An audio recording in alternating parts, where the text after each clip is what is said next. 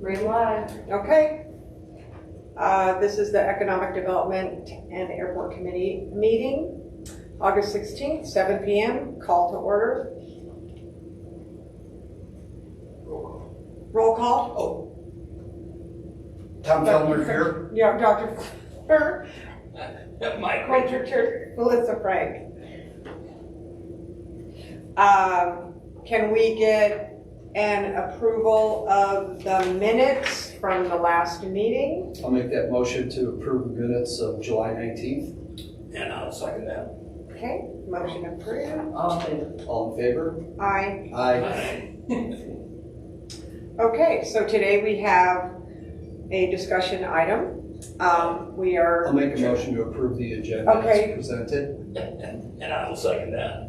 All in favor? Aye. Yes. That's okay. Okay, thank you. Okay, discussion items? Okay.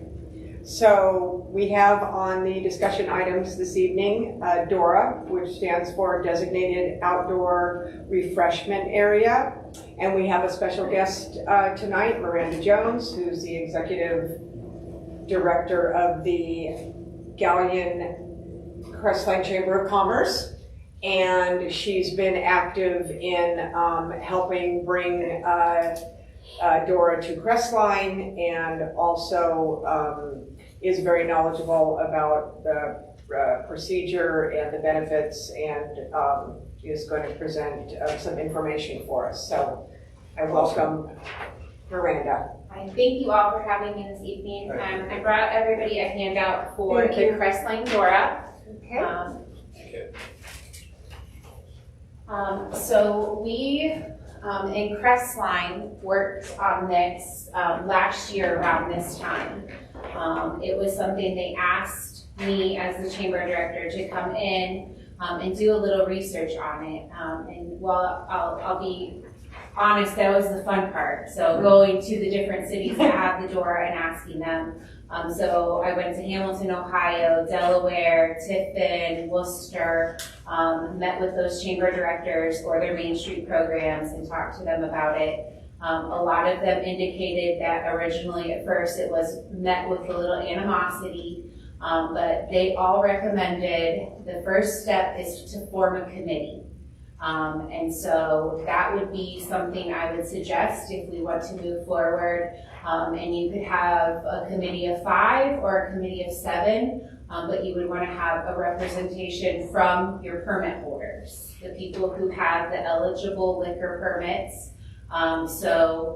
Depending on where the boundaries are, you would want to start that discussion first, because I believe depending on the acreage of the boundaries depend on how many liquor permit holders you have to have that agree to be a part of the DORA.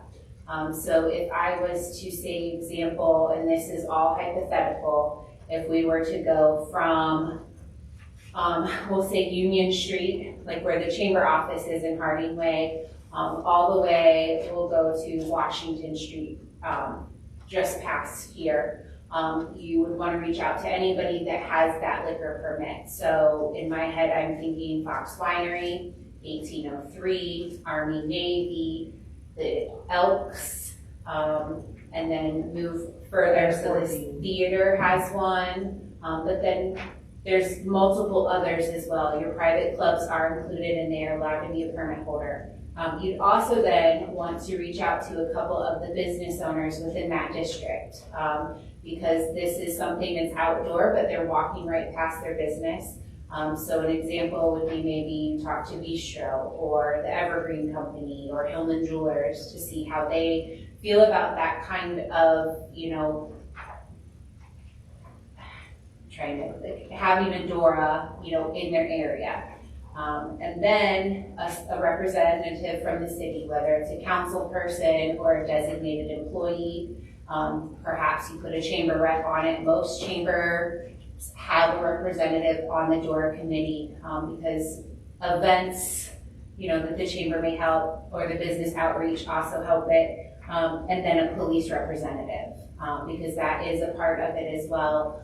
You have to work very closely with your police department And all of the Doras I've talked to, and talked to their law enforcement that has the jurisdiction over it, they said that they have encountered 0 problems from people with Dora beverages. Like I said, I talked to 4 different areas, so that's not to say, at that time there were 70 across Ohio, and as we add more.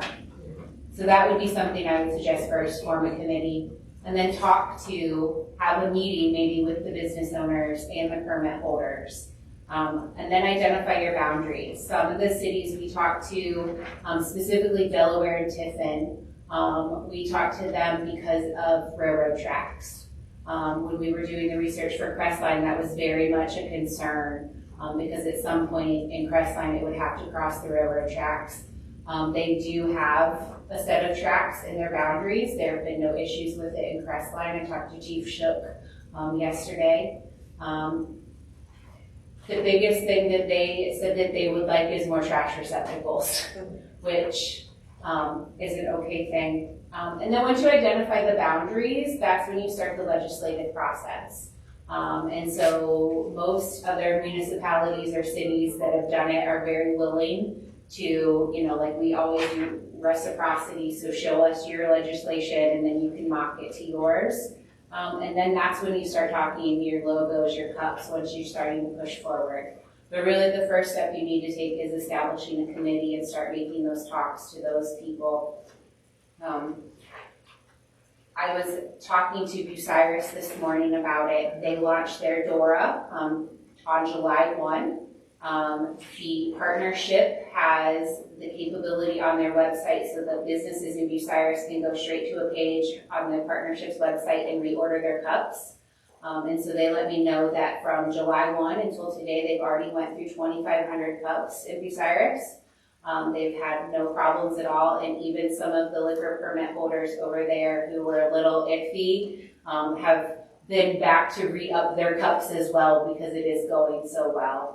Crestline at the beginning of this year, we at the chamber provided them with 1,000 cups.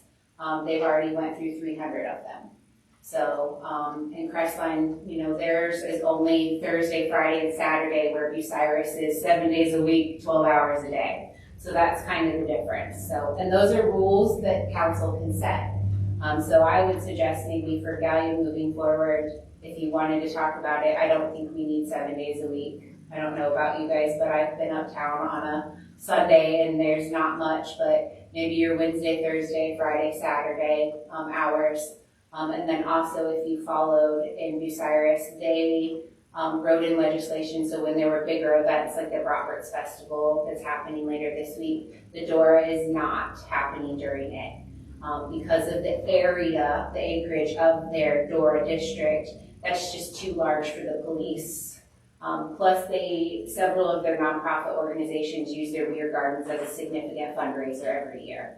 But that's legislation that council has written and approved there, so. So a couple things.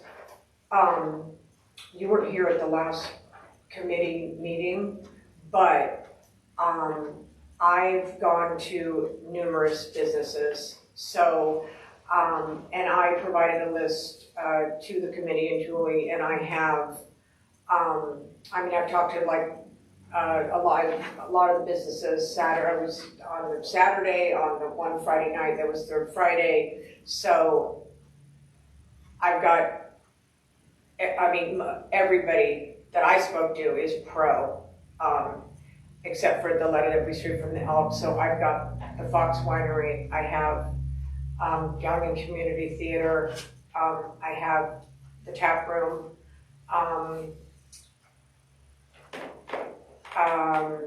the Owls, Fox Winery,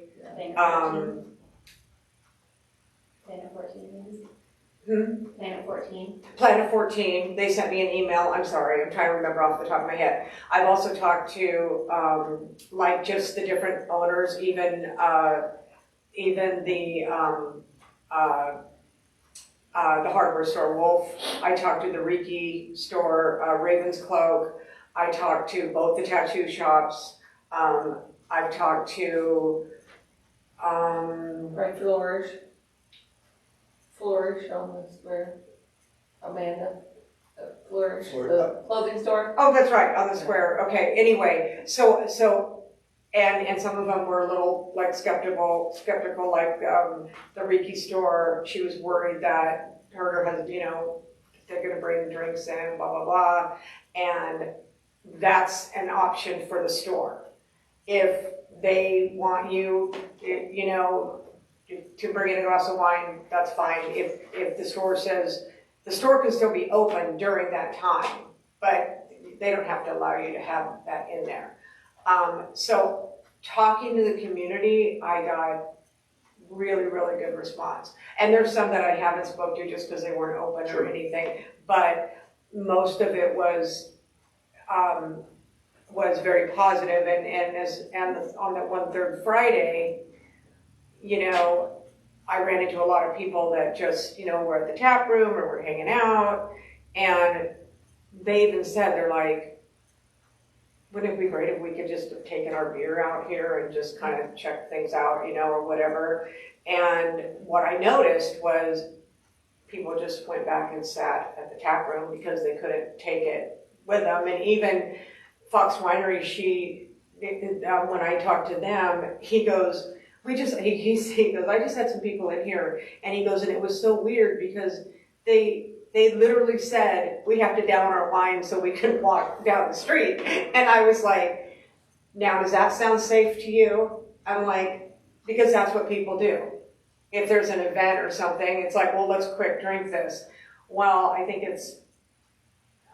you'll say, I think it's safer that you're not doing that. You're maybe being a little more responsible.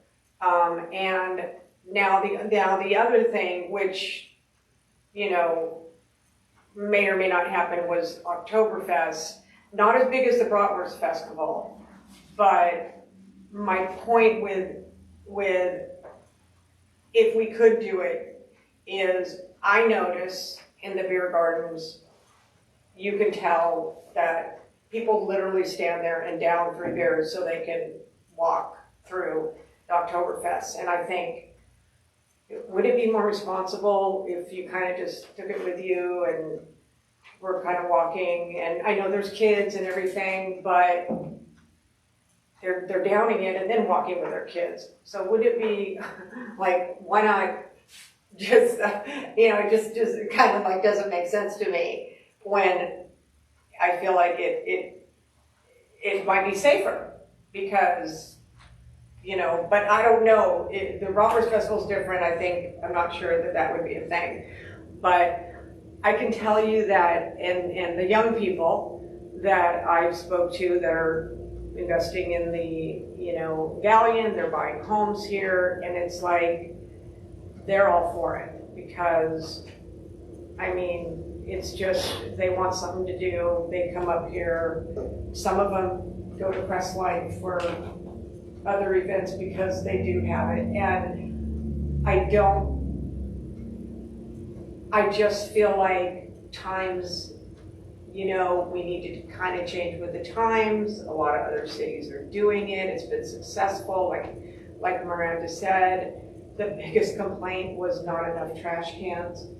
And like they said, you could designate your times however you want to do it.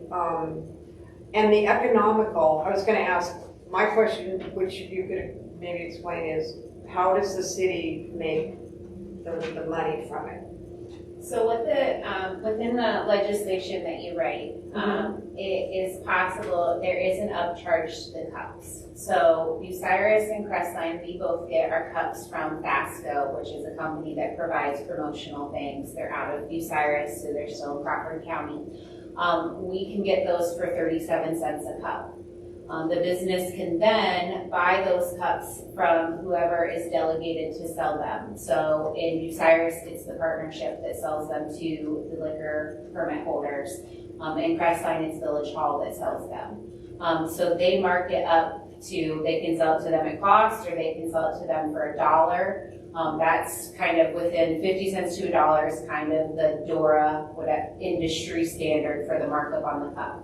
So then that money then can help. So let's say that there's, 63 cents that the city or the village has, that helps to pay the extra trash, the extra police if necessary. That's kind of, it would go into its own line item. But then that's also a way to track the sales with the businesses. The last economic development meeting, Councilman Richard brought up the North Canton place. So I found the article on that. And while the permit holder said that they did wish it would be used more and brought more, they also noted that 10,500 cups were sold to 2 permit holders within that year. So you figure the average cost of a drink is between $4 and $6 that you would put in that cup. So that's $50,000 back into their community from 2 businesses.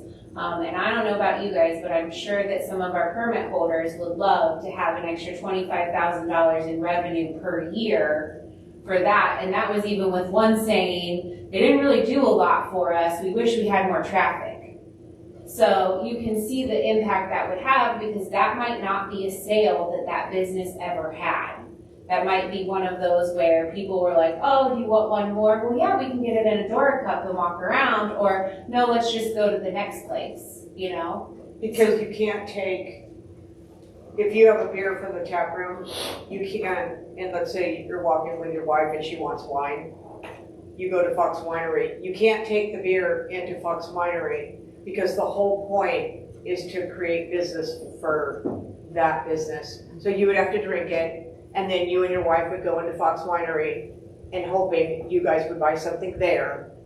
That's kind of how it works so that people don't take their beers from 1803 into Planet 14 and then not buy anything. So the whole point is to consume it so that the next business is getting all of that business. Or if you're going somewhere, if you walk around, they wait outside, you run in and get yours and then keep on walking. And then in the handout I gave you guys, if you flip just the first page open at the bottom, there's a section called private, retail and private businesses. So DORA participation is completely voluntary for any retail or other private businesses. So in doing this, you would make signs. So I always think of, if you went into any business in Gallia, they usually have the chamber decal that says 2022 member or whatever the last year they paid for their chamber membership was. We could make those for the businesses as well in the district. So if at the chamber I say, no, I don't want alcoholic beverages, I would have a red sign that says no, and we would clearly, educate as part of what we would do. If I do allow, like let's say next door to me, Alan Hillman's like, yeah, sure, whatever, bring your wife in and give her a glass of champagne while you buy her that new diamond ring. He would have a green sticker that says, yes, he can. The tap room, for example, would have a yellow sign on their door that says, yield, stop. While you can purchase your DORA drink here, you can't bring in one here. And that's just to protect the permit holder. Essentially because that permit holder is responsible for any alcohol that is served in their establishment, that's why it's not allowed from one establishment to another that way. But it is a business owner's kind of personal opinion and feeling, and they could change their mind at any time. Maybe at first they're like, no, I don't want, but after a year they see it, they could come to us and say, okay, we changed our mind, we do want a green tag. So. I didn't realize Crestline's footprint was so big. I mean, it's a pretty sizable, yes. Area.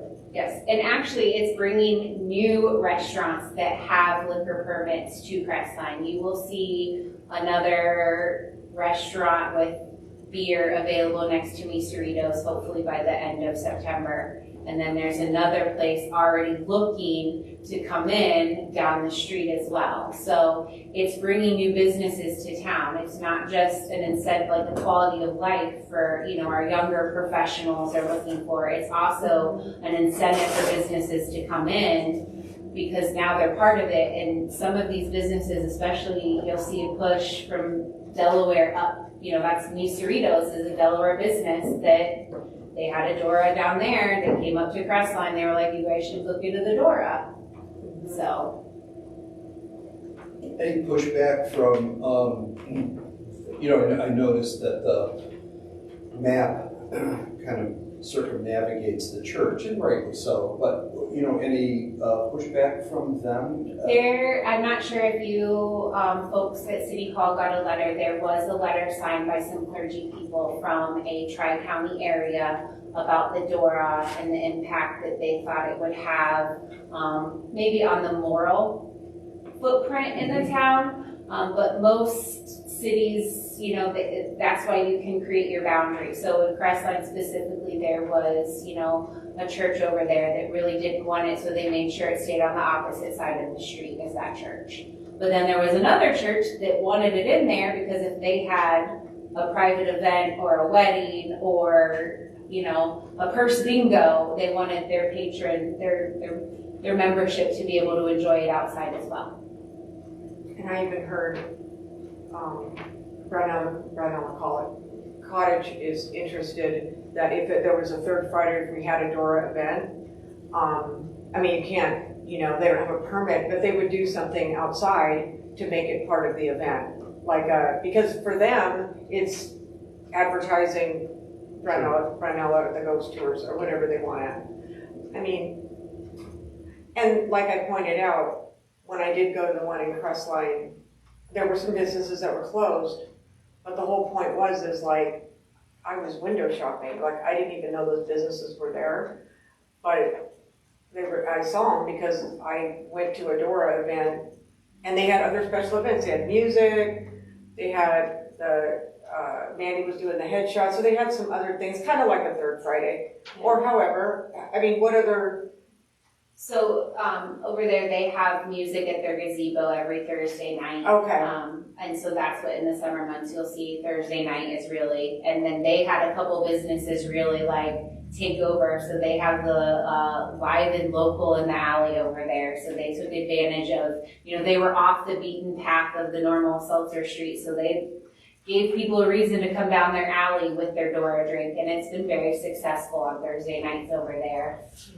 We helped them with the Dora Dash. That's the event that the councilwoman is talking about. And so we made a fun, almost like poker game out of it, where if they went to the different spots and helped educate them so they knew, but increase visibility and awareness of your business district. We do have a lot of new shops. You have people, even at Third Friday, people are like, I didn't know there was a clothing store right there. How long have you been open? And Amanda's like, 7 years. And they're like, really? So. And I think the square, we've had music, and when it's finished, and I think that'd be great, because I know they do the Tuesdays in the park, but what a great way is to bring music back to the square, and that's part of, and the food. Well, if you've had some with food trucks, or just because of, so. And the theater has summer music as well, bands Right. going on. And I know that they were, in the theater, what we talked about was they have museum pieces. So if they wanted to be part of Third Friday or Dora or whatever, they could, that's an opportunity to show their theater,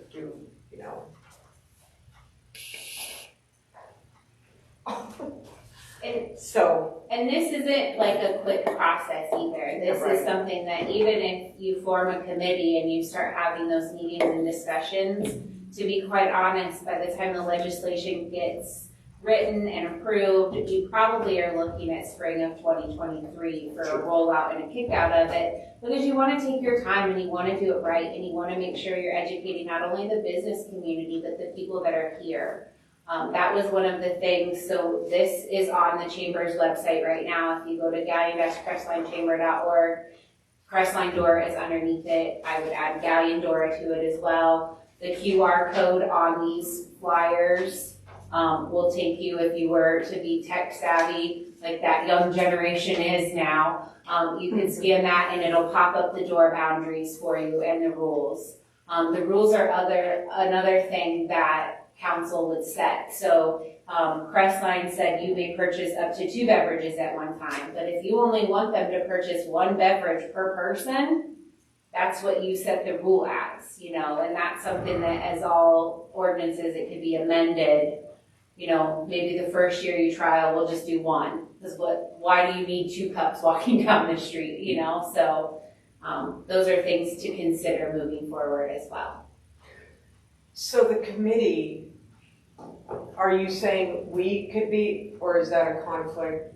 I would suggest to have either 1 council person on or 1 staff member of, you know, the administration for it. But you could put as many as you were. Some places only had 5. So their committee was a permit holder, a business owner, a city rep, a police rep, and a chamber rep. But if you wanted 2 city reps or 2 permit holders, you could increase that committee to 7. But they said minimum on your committee should be 5. So would you email people interested to be on it, or they'll have to, I mean, whether they're for, well, I guess they would have to be. Right. Now, where does the Galleon, I mean, the Crawford, the one where David Zach and The partnership. partnership. Now, where are they in terms of involvement? They buy the cups and they sell the cups to the permit holders. They have the stuff on their website, the rules, the boundaries, all of that. So they're pretty heavily involved in it in Bucyrus. And that's a way too, if we wanted to use the same like ordering system. I've talked to them, we collaborate very well with them. And so they would be willing to share that with us. So if you, as a council here in Gallia, wanted the chamber to be the ones to help, you know, monitor and report back the metrics and the sales and the, you know, the potential impact it has on the local economy, we could do that for you as well. I think that would be great. Thank you. I think the more help. So I know that. Well, you just, personally, I think it's a positive thing to move forward. And I think I had no idea the involvement. So, of course, you know, by the time legislation rolls around, the snow's going to fly. But, you know, something for next year is, I think, a positive thing to shoot for. Amanda, in those other instances, who was the guiding force, so to speak, to get the committee started? I think that's kind of on people's minds. In Bucyrus, it was the chamber and the partnership. So the previous director, Jessie Ferner at Bucyrus Chamber, her and Aaron Stein with the Crawford Partnership really led the force and helped get that committee, you know, established. And Aaron actually, I believe, wrote the legislation for Bucyrus. So that is something I have spoken with her, and she's willing to share that with us as well, to help kind of get us started if we want to.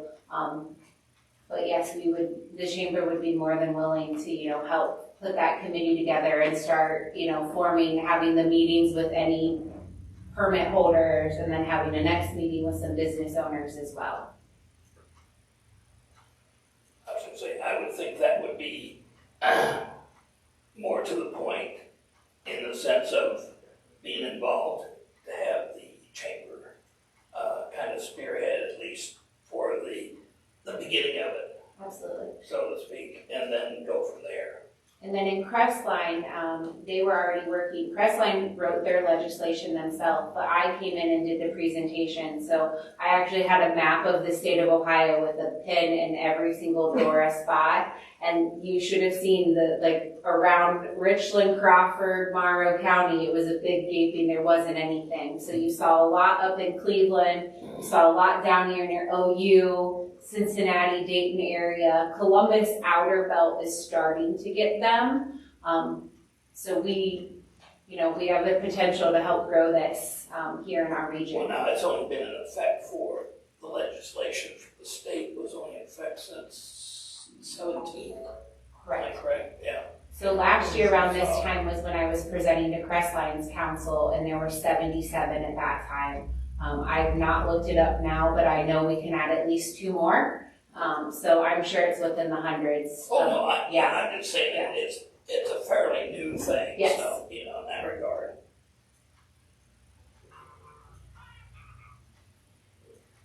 I think I mean, like in the line of,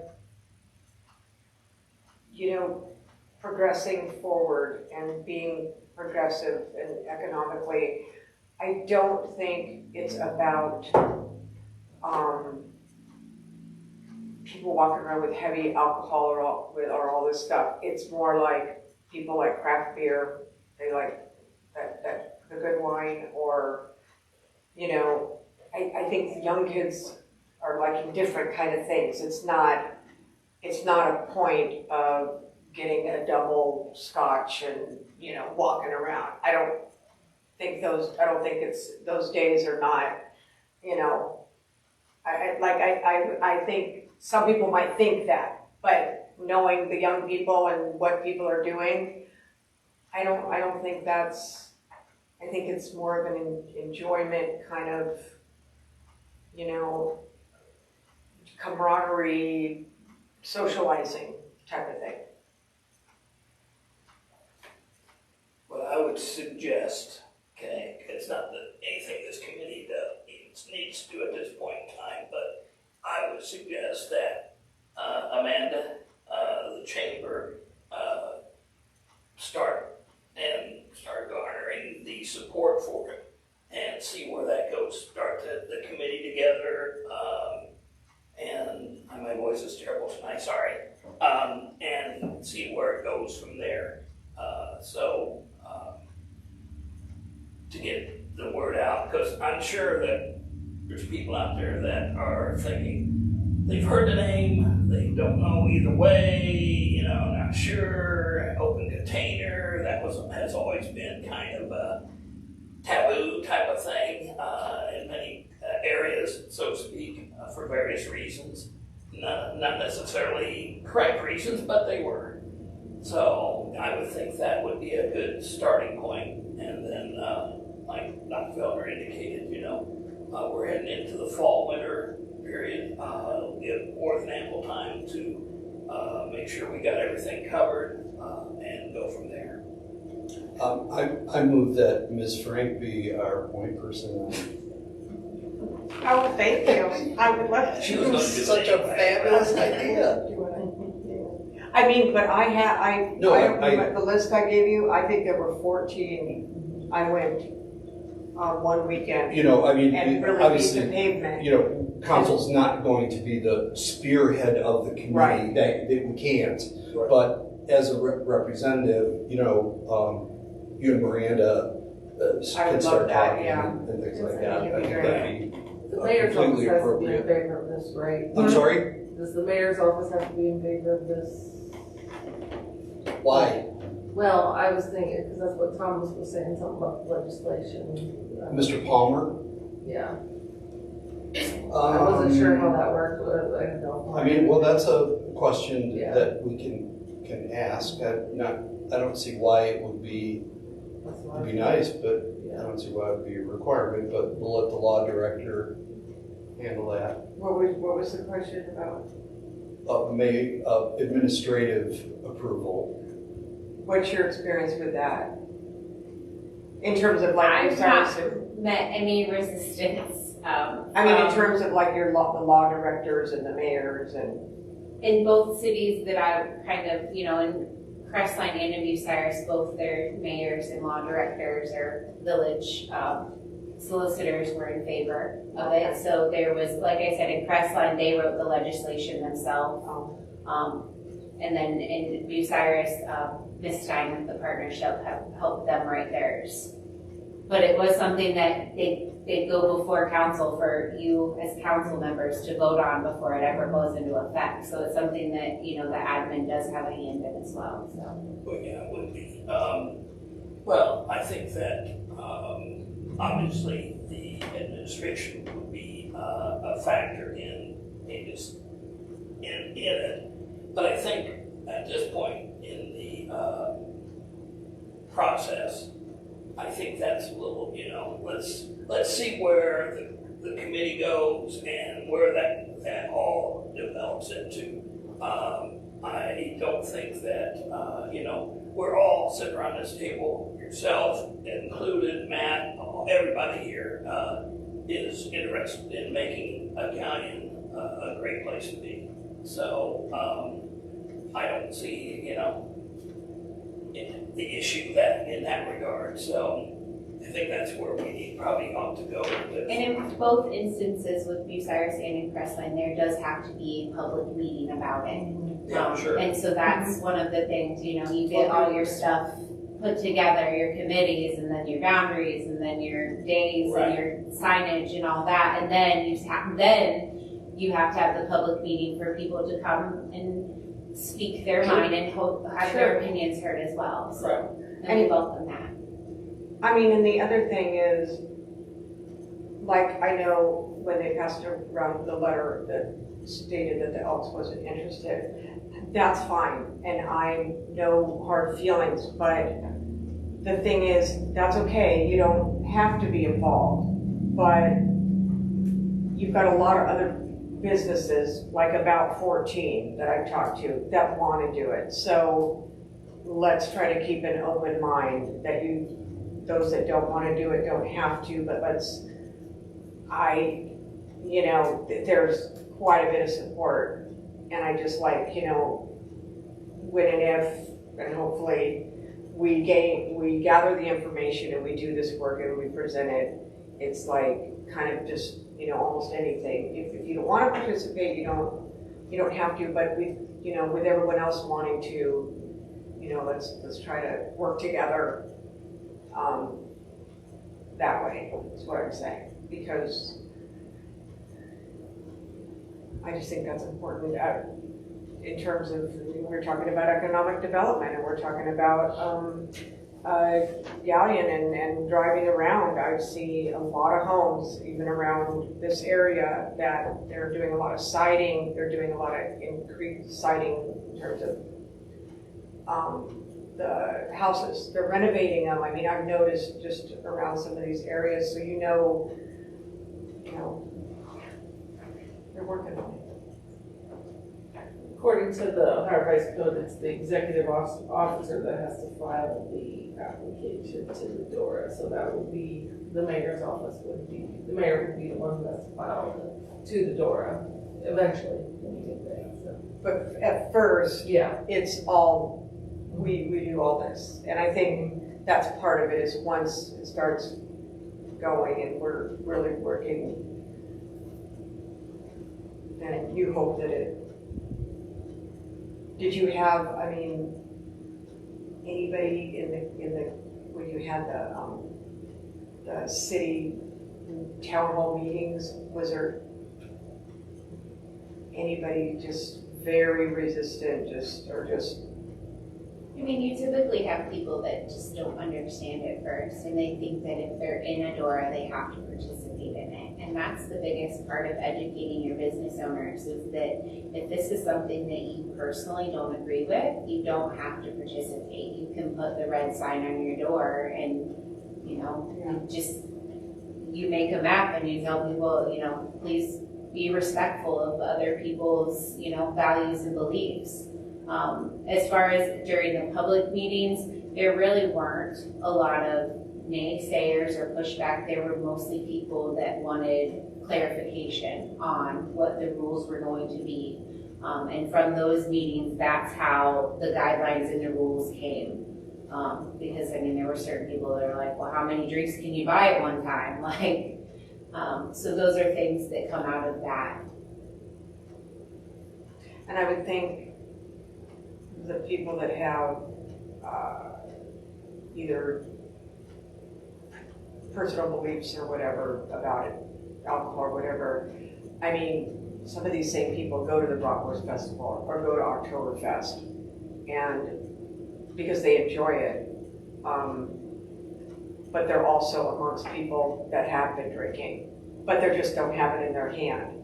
So that's kind of like you know, you go to, there's a lot of events that people go to, but just because they don't see it doesn't mean that it's not like happening. So that's why I kind of I feel like I'm hoping that they can see it that way, in a way. Let's start a committee. Let's start a committee. Okay. I know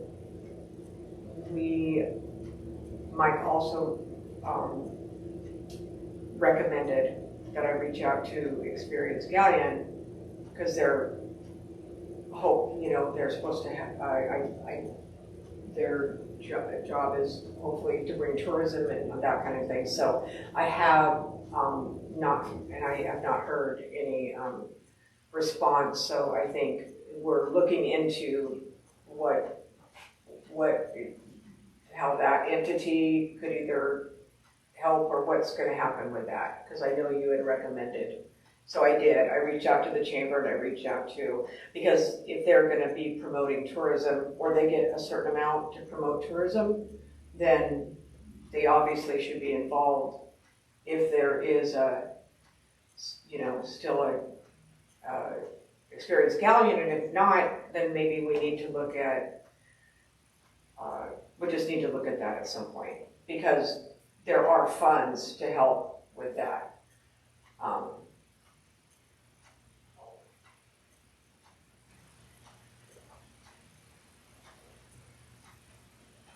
So do we have any other concerns or questions regarding this? I think we've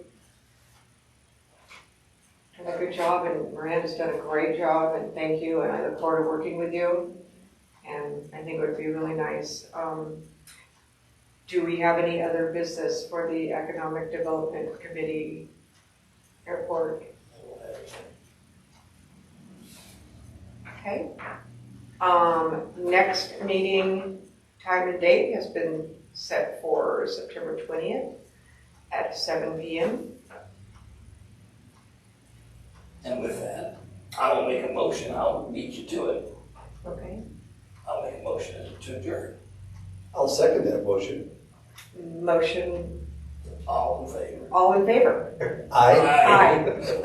Motion carries. 7:42.